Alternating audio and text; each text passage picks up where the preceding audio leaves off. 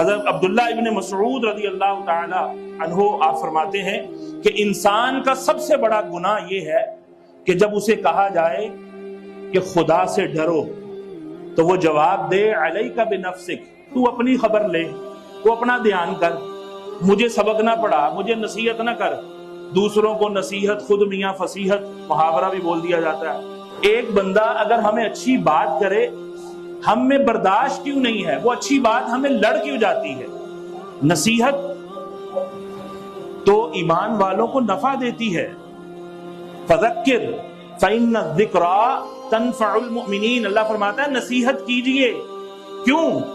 اللہ اس کی علت بیان کرتا ہے آگے، فإن الذکریٰ تنفع المؤمنین، بے شک نصیحت کرنا یہ نفع دیتا ہے مومنوں کو۔